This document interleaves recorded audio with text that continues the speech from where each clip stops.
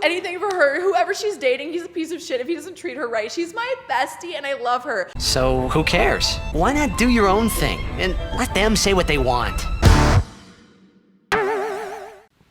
What's up, guys? Let me get into the corner where I belong. Wait, that doesn't really make any sense. Hold on, we have to fix this too. Things are not well whatevered today. This is still in the way, is it not? Oh well, maybe we'll crop it out. Maybe I'll just leave the little fuzzy right here so you guys can see what is giving you the glorious sound of my voice. Hey guys, what's up? Today we're gonna talk some topical topics. You know I love to say topical topics. I always have on this channel. And by topical, I mean news, things that I might have missed or not talked about since I haven't been doing these kinds of opinion pieces in a while. I don't even like to call it a piece. Why am I out of breath? All I did was like set up, and I guess I went upstairs and downstairs and upstairs, downstairs. I cleaned out the closet over there because I randomly like throwing in housewifely duties in between like content creator duties because it makes me feel a sense of overarching purpose. Or rather, it's just more mind-numbingly brain dead shit that I get to do that isn't as thought-provoking as responding to messages on OnlyFans, which is... I'm such a philosopher. So, the Kyle Rittenhouse case. Why don't we just like jump right out of the gates and fucking tackle that one? I did not watch a lot of the trial. I watched other people kind of commentating on parts of it, like the important parts. And I'd been following this since it actually happened, since like the day it happened, since I watched like the...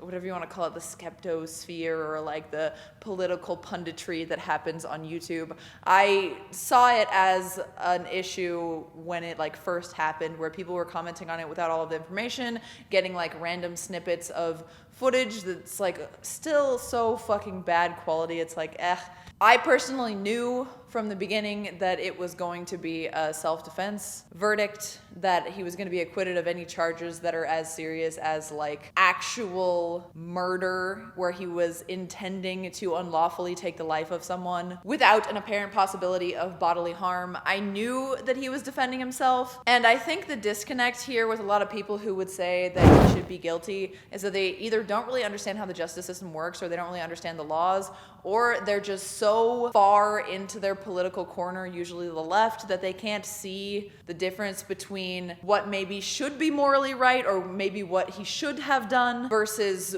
what he should legally be charged with. I think that's probably people's biggest problem. I mean, no, actually, people's biggest problem is misinformation. They literally hear, like, I see people thinking, literally, like, I see this thing, hold on, which side is good? This thing, this tweet, where people are saying, like, let your black fucking employees have a day off after this because this is going to be hard for them.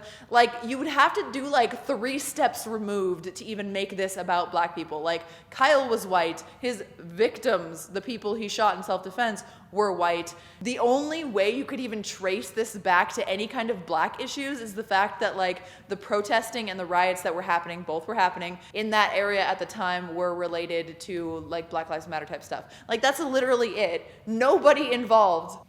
Thought I popped a button for a second. Nobody involved was black, so I have no idea why people are trying to push this narrative that like black people are the most affected in this. It's just like literally, in my opinion, a dumb young kid with a pseudo savior complex running in there and trying to make a difference in his neighboring community. A lot of people will just try to nitpick little facts that they heard on the internet and be like, oh, well, he traveled across state lines, but like he lived like 20 minutes or less away from where he was going. So like some people live on the border or on the city border and they're like crossing state or city lines every day. So that's basically his neighborhood. And then they'll neglect other facts. Like I think one of the dudes that he shot, or one of the dudes that was involved, he also crossed like multiple state lines or something. I don't remember. As always, don't use me as a like perfect fact book, because I'm not trying to sway you with facts. I'm trying to kind of bring up philosophical and theoretical issues with what people think, and then also give you my personal opinion, which is yet again a subjective opinion. I also take issue with people saying that like this kid was a white supremacist. Like there's no evidence of that.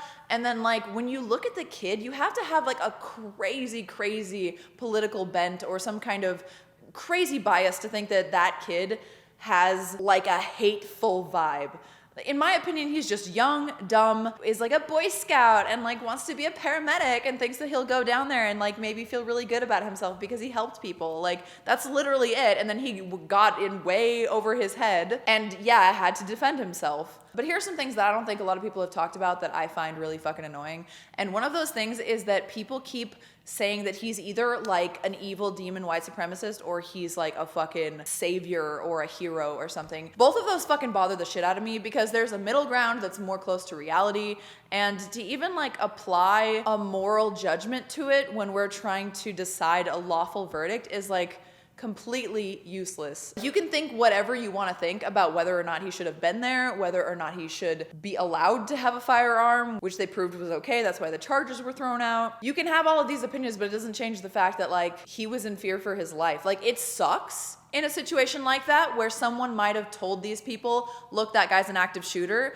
and then those people decided stupidly as well to go attack this guy. But the fact of the matter is, if you are being attacked by someone else, no matter what is in their head, and you can't even fucking know their intentions anyway, like you can't know for sure what is in their head, especially not in a split-second instance which could get yourself killed. Of course you're gonna be able to defend yourself lawfully. So I'm glad that the justice system worked in this case. I'm also glad that in the case of Ahmaud Arbery, the system worked. I didn't watch any of that. I just know that they were all convicted, and I do think they should have been. Though, another case of people acting like Ahmaud Arbery is some fucking angel, like showing some angel pictures. I don't know why people just have this need to make deities out of standard people with immense flaws. 99.9%, obviously hyperbolically, of the cases that I've watched where people say that a cop was unjustifiably shooting someone, usually it's completely justified and by the books, and if not, it's at least like kind of a shitty human being. And then that person dies, and then people are tripping about it. But my point is not to say that he should have been killed because he was a shitty human being. I think everyone should have their day in court, and all of the fucking procedures should go so that everyone can have the best opportunity to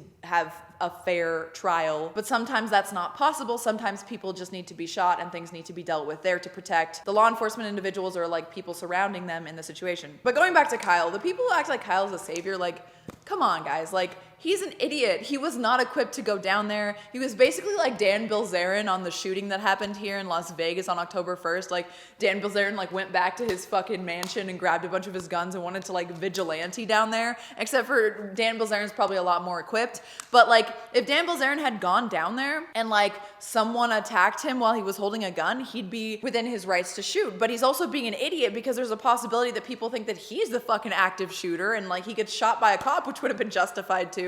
Hopefully no one would have said that he was unrightfully shot. Like in the moment of confusion, a lot of bad, sad, unfortunate shit can happen, but that doesn't change what the law is. And the law is in place for a reason so that we don't get emotional about what our personal morals are and just go like, well, like overall, I kind of like the guys who Kyle Rittenhouse shot more, so they have a bigger right to be alive and out of jail. That makes no fucking sense. Jesse Smollett, or Jussie, whatever the fuck his name is, being convicted of beating himself up or whatever is like the most hilarious thing I've ever heard. I think I saw on the news or something. Like, I don't even care that I'm just reading snippets of that one because it's such a fucking meme in the first place. It should only be consumed through memes. No one should really give a shit and everyone should just laugh and move on. The dude made a mockery of like actual issues and is like gross. Just a fucking gross human being. Okay, let me explain to you. I don't like either extreme. I don't like the right-wing extreme where like they just like hate on everyone and they're like, took my jobs and all that shit. I don't like those people, but I think the reason that I bag on the extreme leftists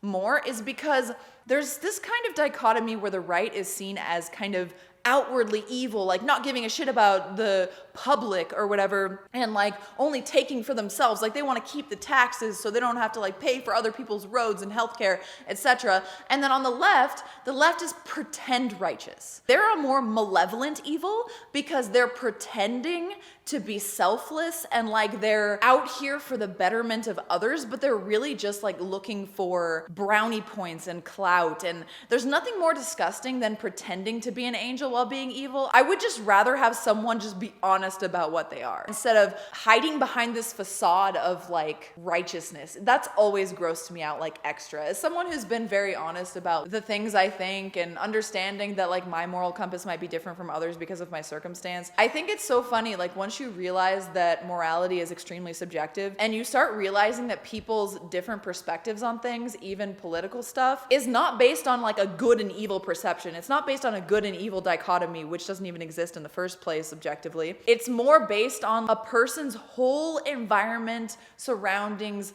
upbringing, and the bubble that they're in and what they think is best from inside of that bubble looking out. You can make pretty much anyone's opinions seem so much more innocent and palatable if you actually look at where they came from and stuff. Let's say a gangbanger or something. God, I feel like such a weird out of touch white boomer or something when I say gangbanger. Like a guy in a gang, right? He like shoots and kills someone and like everyone's sad and it sucks that he shot and killed someone and like a lot of people would be like, fucking disgusting piece of shit. But like that dude grew up with nothing. No one taught him the benefits of being what society would generally call like morally right, you know? He just had like a fucking horrible life and he was taught like it's eat or be eaten.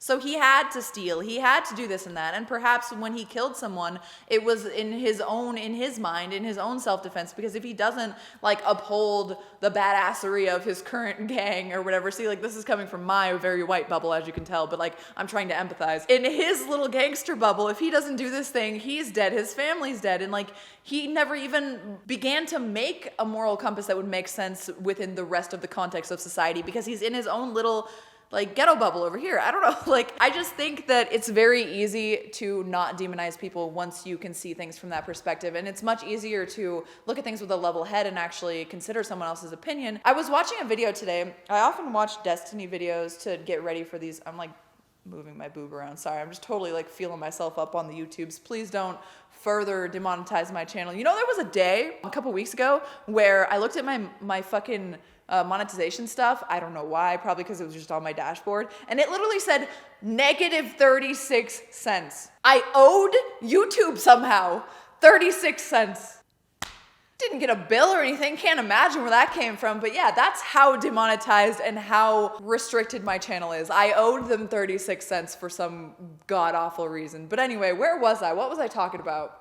Oh yeah, I was watching this Destiny video on morality to kind of just get in the mindset of talking about this kind of stuff. He was talking about how he believes that like the left and the right both want the same thing. And this is something I've always thought as well, but he puts it way more eloquently than I do. And he was talking about how he believes that the left and the right on any specific topic that the left and the right would have a dichotomist opinion on, how like they both want what's best for society overall. They're not like one's evil and one's stealing and one's not or whatever. Like they just think differently about it. And I've always noticed this. It's not that the right is like, oh, we don't want people to be healthy, so we don't want universal health care. It's literally, especially coming from, I'm like more right-leaning, so I can explain to you, it's not that we don't want everyone to have health care and we don't want health care to be easy and affordable. I mean, I want my health care to be easy and affordable. I paid like fucking thousands of dollars out of pocket for my finger. I want it to be less expensive, but it seems like sometimes on the issues, the left, who's tailored more to just be very, very empathic,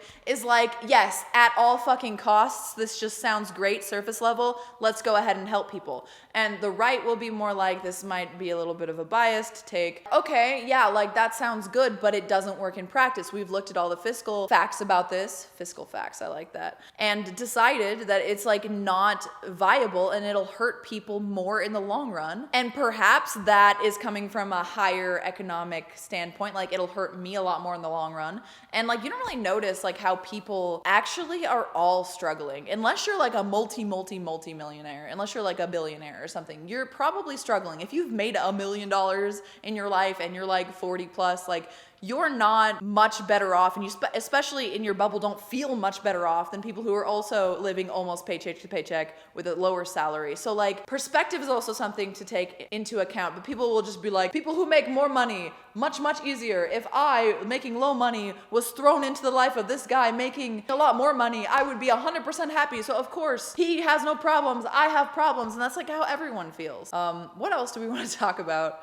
There's something else. Oh, there's a development about the shooting that happened in Santa Fe. It's funny, I was in Santa Fe like a couple of weeks before this Alec Baldwin shooting, and they were talking about how the crew was so tired because every day they had to drive back to Albuquerque, which is an hour away from Santa Fe, in order to sleep in their hotel rooms and then go back to the set in Santa Fe.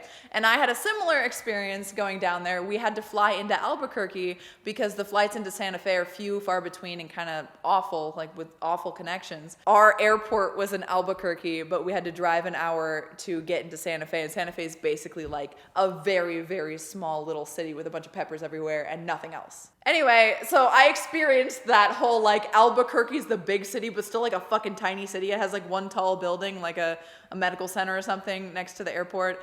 And then like Santa Fe, the little tiny town that you gotta like shuttle off to. I can't imagine how it would be if I had to do that every day that I was down there, let alone working like 12-hour days. But anyway, Alec Baldwin did a very awkward interview where he said that he for sure didn't pull the trigger and someone else corroborated that fact. Like, I find that very, very hard to believe. And I also dislike the optics of someone who is like super anti-gun and knows nothing about guns, is like gun retarded, saying like, oh yeah, it was the fault of the gun. Because that's what a lot of people fucking think, that guns just fucking go off. I did watch a video by a guy who like really, I think he's like a gun enthusiast a little bit, and he was like saying that like that particular gun, it's possible that you pull back the hammer so hard that a cartridge fucking fires out. I don't know. I did hear that as a possibility, but 100 times out of 100 times, like almost literally, there is not a malfunction, it is user error. And it is so easy, relatively, to create a user error if you don't know what you're doing or if you're doing some negligent behavior. That's why it's called negligent discharge, not like oopsie accidental explodey discharge. It almost never happens, and people will be like,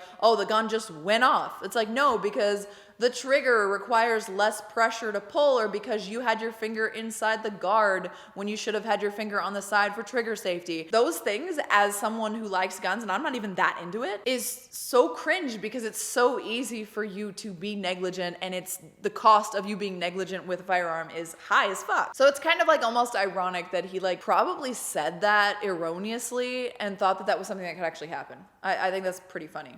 Boyfriend just texted me and said, can you pick me up at 8? His Jeep is in the shop getting the same fender flares I have and some inners that are actually pretty cool. Maybe I'll insert a picture. I will insert a picture right there. It's annoying because he has 2 Jeep ducks. If you guys don't know how Jeeps work, like people will put a little rubber duck on your Jeep with a little thing that says you have a cool Jeep and you've been ducked. Jeep ducks and stuff. And like everyone does it all over the place. He has 2 Jeep ducks signifying that his Jeep is cool. And you know how many I have? 0. Our friend Davin, who just bought a 4-door, which is lame as fuck by the way, an electric one, and like barely modded it, he already has a Jeep duck. I've never gotten a Jeep duck. This is depressing. Anyway, his Jeep's in the shop and it's gonna look really cool, and his inner fenders, annoyingly, are custom ones as well, but they're from like a template that someone else used. I actually made my own custom inner fenders that say Reaper, that go with the ambiance of the whole Reaper vibe, and I'm very angry about this. But anyway, I'm just happy that he's finally finishing his build because it's been so cute, like to have the same but yet still differently customized vehicle with my boyfriend. Anyway, where was I going with that? Taylor Swift's All Too Well, her 10-minute version. I always thought it was funny as a lover of prog metal that when some like a mainstream artist makes like a 10-minute fucking song, people are like, holy shit, she pulled it off. I listened to that whole 10-minute song. I'm like, bitch, I listened to like multiple albums worth of 20-minute fucking songs. Like, calm the fuck down, all right? I listen to fucking Dream Theater, all right? Anyway, so I listened to this out of interest because I wanted to give it a shot, and like I don't dislike Taylor Swift. I liked her back before she was more poppy because I like country music sometimes, and she came from country, and her pop still has kind of a country vibe sometimes, so I like it. However, I find it to be extremely cringeworthy the way she goes through men And I can imagine the cognitive dissonance and like kind of like the identity she feels with having multiple poorly ending relationships. I bet she feels like if she stops having these bad relationships and actually has a fairy tale ending, that like her content will become boring, her music will become boring, like she'll lose a part of herself because her work is so tied to the angst and the drama of having shitty relationships with celebrities.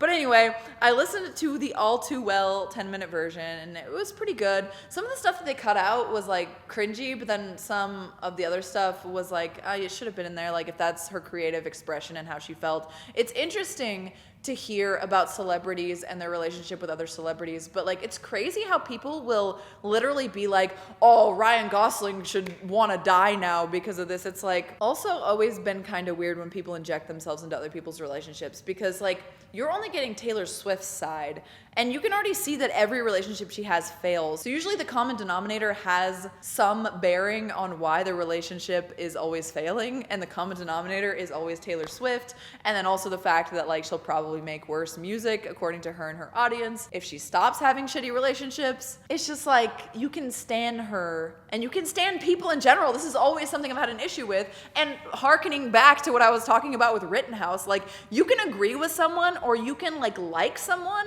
or like their content and not deify them. Like, not turn them into a deity. Not, like, idolize them. I've always hated idolatry because it's like, I hate using the word idolatry because it makes me sound like, and deify and all this shit. It makes me sound like I'm talking about, like, Jesus bullshit. But what I'm really talking about is, like, people who are like, I love Christina Aguilera and her music. Like, I said that when I was a teenager as well. I love her voice, and I think she's hot. But, like, I was never like, oh, I would do anything for her. Whoever she's dating, he's a piece of shit if he doesn't treat her right. She's my bestie and I love her. And at the same time, if she becomes a fucking crazy racist, I'm not gonna like throw out her albums or stop listening to her music, which I enjoy, because her opinions differ from mine. I think it's two sides of the same coin. If you're gonna throw out the albums, then you're probably gonna be one of those people that fucking idolizes people too much. It's fucking wild. However, I do think that for the music industry, this is really good because she didn't own her masters. And it's very complicated when you think about like copyright and all that shit and how it works. Like I don't even know copyright law that well, even though I'm in this industry. I just like know some of the things about like fair use and all that. And like the precedents set like with H3 podcast against that one dude and an upcoming one against whatever company Jake Paul boxed for and then released his video on pay-per-view. I don't know what the fuck. It is a win, I think, because just like YouTube is a win, just like OnlyFans is a win, YouTube is a win for mainstream media, and OnlyFans is a win for pornography, the content creators are actually taking back and owning things. And I do think it's badass. Re-release the fucking album. So if you guys don't know, a lot of you guys probably don't follow Taylor Swift type stuff. I would assume that that's not my general audience because not females in my audience really. But like she didn't own her masters and she was in a big legal dispute with the dudes who did own her masters, whichever recording company, and they treated her like shit. So what she did is she was like, I'm gonna re-release under law correctly the recordings of all of these songs and just do it again and make my own fucking money on Spotify or wherever and own my masters, own my fucking shit. And I think that's amazing. So kudos to her. I can't really think of anything else to talk about. So I think I'll end the video here, especially because it's getting a little bit longer and I am gonna have to edit this. I love you guys so much. Thank you so much for watching. I hope you enjoyed this little rambly video. I feel like it goes back a lot more to my roots and I'm thinking about things other than relationships. I know, I'm sorry that a lot of my fucking videos lately have been relationship centered, and it really is just because like that's all that's on my focus right now because it was never my focus at all before, and then I have this new one and like dating is like the main passion in my life. It was like overshadowing a lot of my work and now I've kind of like settled into it a little bit, and while there's like a fuck ton of passion still that I wish I could tell you about in detail, you know, it's not taking up my entire thoughts anymore where I'm just like, is this right? Is this correct? What am I doing? I need to think it out and talk it out with you guys. Now I just kind of want to get back to the philosophy and being myself and creating shit. So once I'm not recording shit on the same day I need to upload it, my card got full. So once I'm not recording things on the same day that I need to upload it, I will start adding in the B-roll and doing all of the fun stuff again because I miss that. I love that. It's part of the reason why I love the content creation, and I hope you guys love it too. I'll see you in the next one. Hopefully this isn't on the wrong setting. Is it? Oh my God, please. Oh, it's on the wrong setting. I'm sorry. Hopefully I'll fix the audio, but it's going to sound like it's in one ear a lot more than the other. Yikes. Sorry, I hit a button on here that should not exist. I don't know why it exists. Audio mixer people can tell me why it exists. But yeah, I love you. You're amazing. Let me know what you think. Seriously, it's okay to disagree with me. I don't know if you guys remember how I am, but I love dissent. And I'll see you in the next one. All right, here's what I should be doing right now. Showing the titty. Oh, and look, these are my favorite butt leggings. Oh, I can't get... How do I get in there? There. Favorite butt leggings. They don't look too good from this angle, but you know, trust me. Bye, guys.